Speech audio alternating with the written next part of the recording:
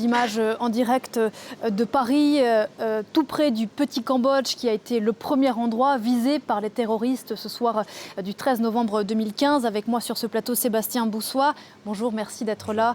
Vous êtes docteur en sciences politiques, chercheur associé à l'Université libre de Bruxelles, expert notamment en terrorisme et en radicalisation. Votre dernier ouvrage s'appelle Daesh, la suite. Il vient de sortir aux éditions de l'Aube. On va le voir à l'antenne dans un instant. Précisément, à propos de ce titre, Daesh, la suite, le groupe État islamique qui avait revendiqué les attentats du 13 novembre 2015 n'existe plus de la façon dont il existait il y a 4 ans. En revanche, la menace qu'il représente, elle, est la même.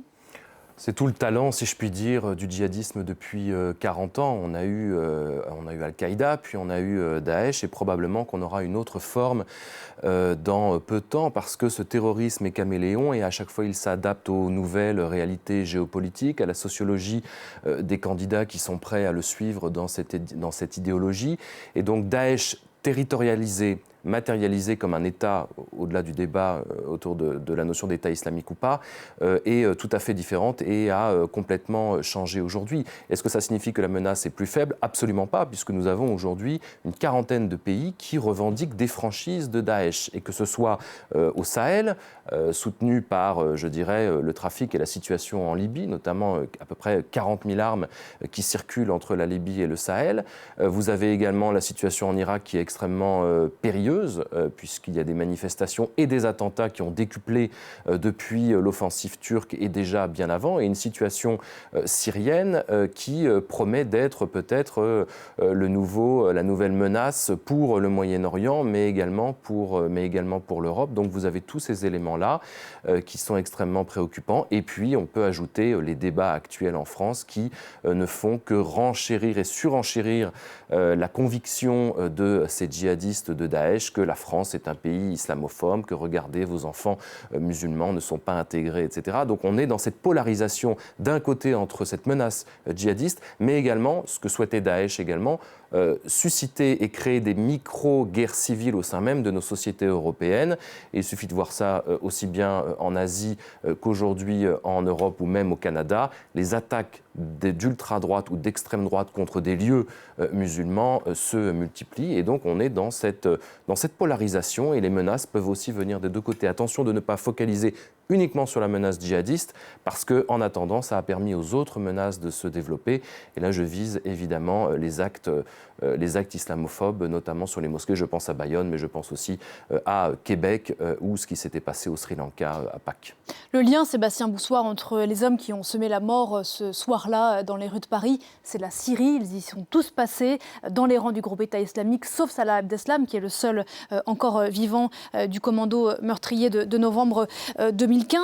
On le disait, l'État islamique, dans sa forme qu'on a pu connaître, n'existe plus. Qui sont les héritiers de ces Européens qui, par milliers, se sont rendus en Syrie à partir de 2014 et qui n'y vont plus aujourd'hui, a priori? Alors, il y a eu un rapport du Conseil de sécurité du 15 juillet dernier qui estimait à peu près à 20 à 30 000 candidats, enfin en tout cas djihadistes, qui sont encore présents sur la terre de Shams, comme on dit, de Syrie et d'Irak, et qui peuvent représenter une menace, aussi bien quand ils étaient dans les camps des Kurdes, ou bien en fuite. On parle de 200 qui se seraient enfuis, mais moi je pense que c'est beaucoup plus, ou ceux qui continuent à perpétrer des attentats en Irak, ou qui se sont, je dirais, redispatchés sur d'autres terres de djihad. Ça, c'est pour ceux qui existent déjà, les anciens Européens. Les nouveaux, je pense que le contexte est exactement le même qu'à la naissance de Daesh, c'est-à-dire d'une part sur le sol irakien des sunnites qui se considèrent comme marginalisés, ostracisés depuis que les Américains ont mis en place les chiites après le renversement de Saddam Hussein, et puis finalement tous ces candidats djihadistes européens qui sont partis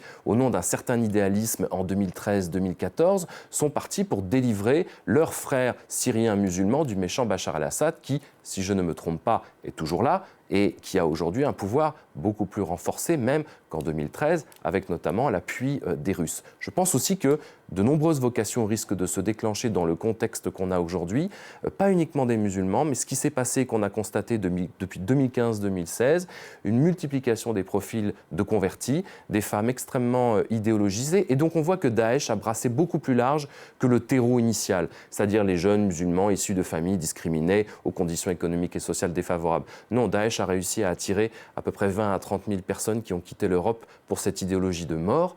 J'ai travaillé en prévention de la radicalisation dans les Alpes-Maritimes et dans l'Isère. Nous avions des enfants d'avocats, de notaires, d'architectes convertis qui sont soit partis, soit se sont radicalisés silencieusement, puisque je rappelle quand même, pour rassurer les téléspectateurs, que sur 100% des profils qui ont tenté leur chance et qui sont aujourd'hui fichés S, on estime à 90% ceux qui sont dans une radicalisation silencieuse et je dirais calme. Mais après, tout basculement peut s'opérer relativement, malheureusement, rapidement. Un mot peut-être pour finir, même si évidemment le sujet est très vaste, de Salah Abdeslam. On a dit, c'est le seul